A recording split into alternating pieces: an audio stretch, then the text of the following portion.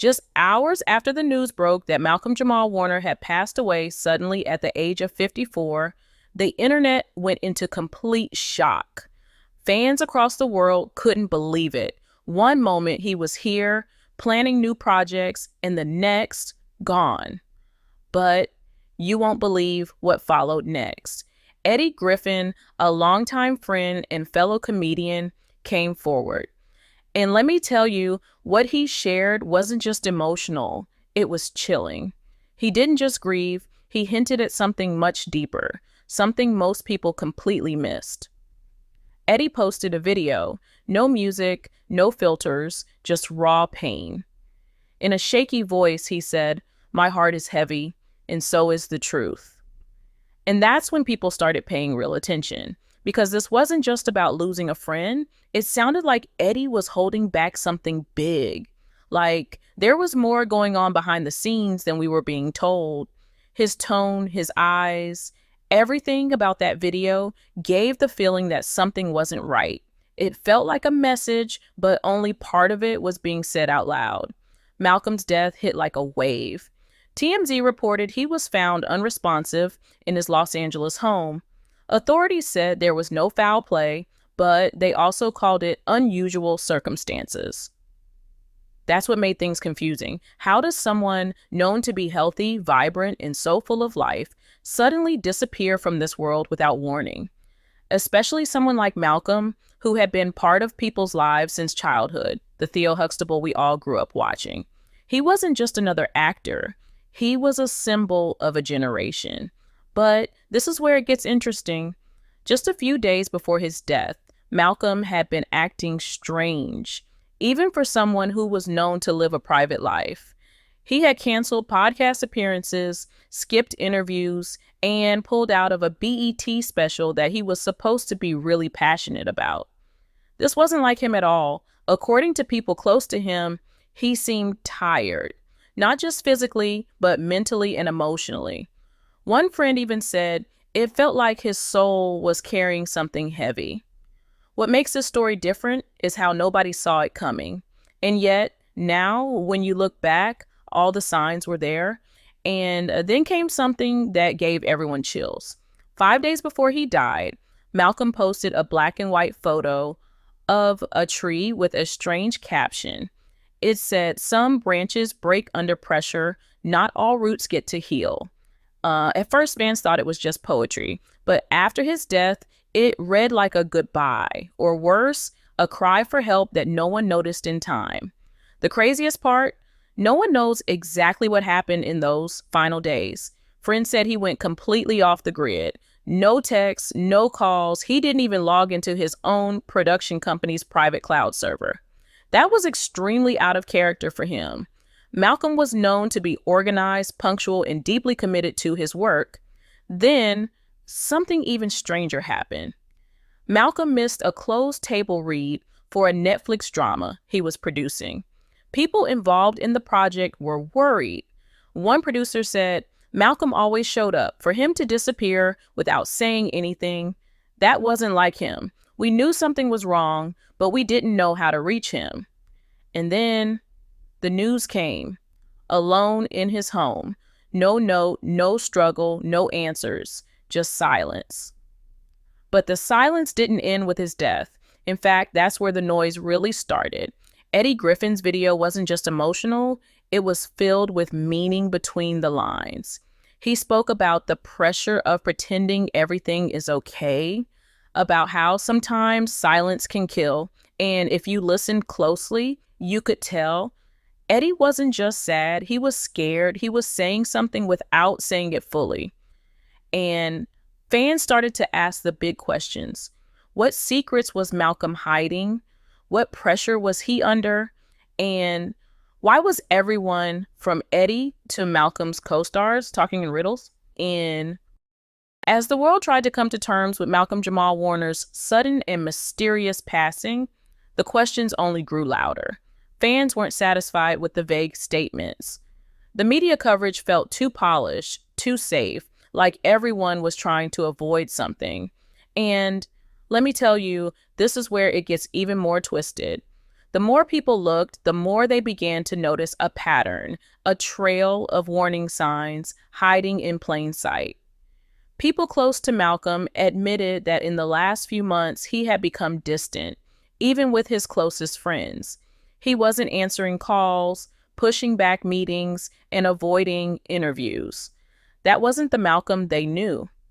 One co-producer said, "He used to light up when we talked about Black culture and legacy, but lately it was like something had changed inside him. It wasn't laziness, it wasn't stress, it felt like something deeper, like he was protecting something or someone." And remember that Instagram post with the tree and that haunting caption? That wasn't the only strange thing. Malcolm had also begun pulling away from a documentary project he had been developing. It was focused on child actors, exploitation in Hollywood, and mental health in Black communities. That project meant a lot to him. So why, all of a sudden, did he start delaying everything? Why did his passion seem to disappear? But here is the shocking part. Some insiders claim Malcolm had been working under a private LLC, one that wasn't linked to any major studio. The rumor? He was collecting untold stories from other Black child actors, planning to release something raw and uncensored. A few even believe he had footage that would shake up the industry. But now, no one can find it, the files are gone, the project is quiet, and the people who were involved? Silent. This led to a storm of online theories. Some thought he had been sick, others believed he had grown tired of fame. But many started asking, was Malcolm silenced? Was he about to reveal something the industry didn't want out there? Eddie Griffin's message started trending again, that one line, "Sometimes the truth gets buried with the person brave enough to tell it." Suddenly, it didn't feel like poetry. It felt like a warning, a puzzle piece. What makes this story different is how everyone seems to be speaking in codes. Eddie, Felicia Rashad, his former co-stars. None of them came out directly to say anything shocking, but all of them hinted at it. Felicia, in a deeply emotional Instagram post, shared a photo of her hugging a young Malcolm. Her words were beautiful, but also heartbreaking. She wrote, "Even in your silence, my heart aches." Then, in an interview, she revealed something that truly shook fans. 2 weeks before Malcolm passed, she had asked him if he was okay, and his answer, "I will be. I have to be." Now think about that for a second. Not "I'm fine," not "I'm getting better," but "I have to be." That's not peace. That's pressure. That's a man trying to convince himself to keep going. And that's the kind of pain you don't see until it's too late. And that brings us back to Eddie Griffin, because in his second post, and this time just a text message, he said, "Protect your peace, check on your strong friends. Silence can be the loudest cry for help." That one sentence hit people harder than any news report, because it wasn't just about Malcolm anymore. It was about all the people out there suffering silently, putting on a brave face, carrying weights no one can see. The craziest part? Malcolm wasn't just loved, he was respected. He was thoughtful, wise, calm under pressure. But maybe that's why no one asked the hard questions. Maybe everyone assumed he was okay because he was always the strong one. And maybe, just maybe, that strength became his prison. As the pieces slowly came together, the mystery around Malcolm-Jamal Warner's death deepened. And what started as heartbreak was beginning to feel like something bigger, something buried beneath layers of silence and secrets. Let me tell you, this is where it gets even more disturbing. Fans weren't just mourning anymore. They were connecting dots, reading between lines, and raising questions that no one in power seemed eager to answer. The coroner's office still hadn't released a full cause of death. They simply called it unusual but non-criminal. And that word, unusual, started to haunt people. If it wasn't a crime and it wasn't a known illness, then what was it? Toxicology results were pending, but even that didn't satisfy the public. Why the delay? Why the silence? Eddie Griffin's cryptic words only added fuel to the fire. Every time someone from Malcolm's inner circle spoke, they said something that sounded like grief, but felt like a warning. And this is where the theories online exploded. The most grounded theory was that Malcolm had been quietly battling a serious illness, possibly cancer or heart disease. Some fans pointed out how thin he looked in a recent interview, how tired his eyes seemed. It could explain the isolation, the missed events, the silence. But here's the thing, if it really was illness, why were his closest friends still talking in riddles? Why did it feel like everyone was hiding a piece of the puzzle? Then came the second theory, far more controversial, but way more disturbing. This one claimed Malcolm was preparing to speak out against powerful forces in Hollywood. Some believed he had uncovered details about the exploitation of child actors, and that his documentary would have revealed names and stories that were never meant to come out. People online pointed to old panel interviews where Malcolm spoke passionately about the trauma child actors face, the mental toll of fame at a young age, and the lack of protection in the industry. It wasn't just theory anymore. It was starting to look like a pattern. And the moment that really shook fans, a viral TikTok post claimed that Malcolm's documentary was being developed under a private label, a shell company, disconnected from the major studios. That same post alleged that the files had now mysteriously disappeared. No backup, no trace, just gone. If true, that changes everything. Because if Malcolm was planning to expose the truth, and now he's gone, and the footage is missing, then this wasn't just a death, it could have been a silencing. This theory linked directly to Eddie Griffin's comment. Sometimes the truth gets buried with the person brave enough to tell it. That wasn't random. That wasn't poetry. That was personal, and fans knew it. But the third theory was the most human one, and maybe the most heartbreaking. It said Malcolm wasn't battling illness or danger, but loneliness, the pressure of fame, the weight of expectations, the way people never stopped seeing him as Theo. No matter how much he grew, no matter how many roles he took, the world always saw the kid from The Cosby Show. That can break a person, especially someone as deep, private, and emotionally sensitive as Malcolm. One YouTube comment said it best. We always assume the strong ones are okay, but maybe Malcolm was screaming for help in a language we never learned to hear. And that hit hard, because everything Malcolm did in his final weeks, the Instagram posts, the disappearing, the unfinished projects, they weren't loud cries. They were quiet messages, subtle, easy to miss. But now, after the fact, they feel like red flags, like last pages of a book we didn't know was ending. And the silence wasn't just from people, it was from the media too. Think about it. When other celebrities passed, Chadwick Boseman, Bob Saget, Kobe Bryant, the headlines ran nonstop. Every detail, every timeline, every investigation was shared in full. But with Malcolm, just a few soft tributes, some rehashed interviews, and then silence.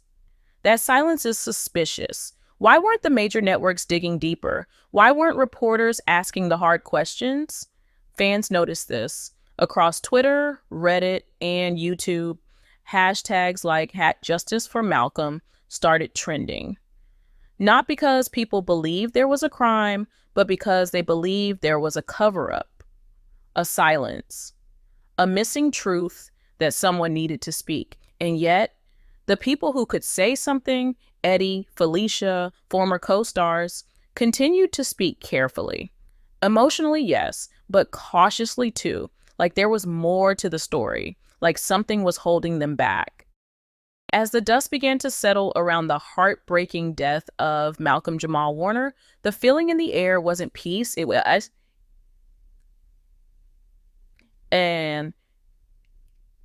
was unrest. Fans, friends, and even industry insiders could feel it. Something about this didn't sit right. The silence surrounding his final days was getting louder, and the unanswered questions were now impossible to ignore. The truth, it seemed, was being whispered through grief, not spoken aloud. But you won't believe how deep this silence really went. One by one, people who had once worked closely with Malcolm started sharing their memories, and with each tribute, a darker picture started to form. Felicia Rashad, his on-screen mother and off-screen mentor, shared that final phone call. Malcolm had told her, "I'm tired." Not the kind of tired you fix with sleep, but tired in the soul. That line haunted people. It wasn't just about being exhausted. It was about being worn down from within. That kind of tired doesn't come from work or stress. It comes from carrying a burden for far too long. Then came the post from his other Cosby Show cast members. Keshia Knight Pulliam, who played Rudy, wrote, "I just hope he knew how much we loved him, even when he went quiet." Sabrina Lee Both, who played Sandra, simply posted an image of a lit candle with the words, "Sometimes the brightest souls flicker the fastest." These weren't just sad goodbyes. They were clues, patterns, pieces of a puzzle that pointed toward a man quietly falling apart while the world never noticed. And then there was Jeffrey Owens. He said something that froze people in their tracks. His silence was his strength, but also his prison. That line, it echoed like a scream. Because what if that's exactly what happened? What if Malcolm's quiet nature, his calm exterior, was never peace, but a cover? What if the man who gave so much to the world had nothing left for himself? The more tributes poured in, the more fans started to see the same image. Malcolm was retreating. He wasn't just tired, he was disappearing. Canceled plans, missed readings, no phone calls, no explanations.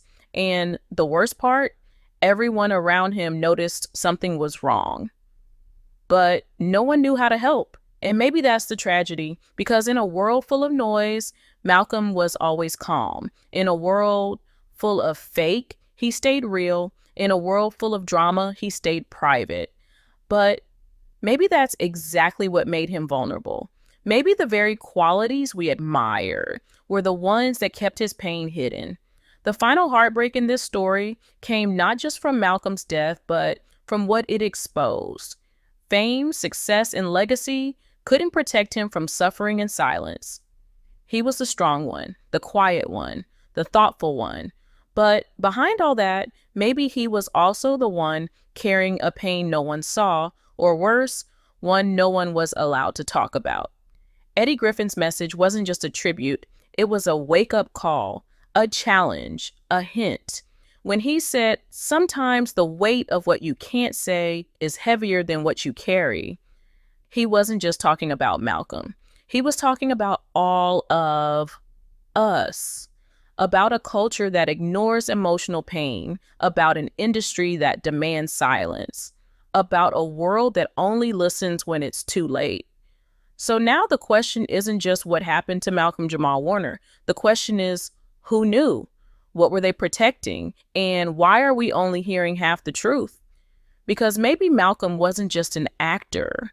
Maybe he was a voice that tried to speak in the only way he could, through silence, through distance, through poetry, through pain. And maybe now it's our job to listen.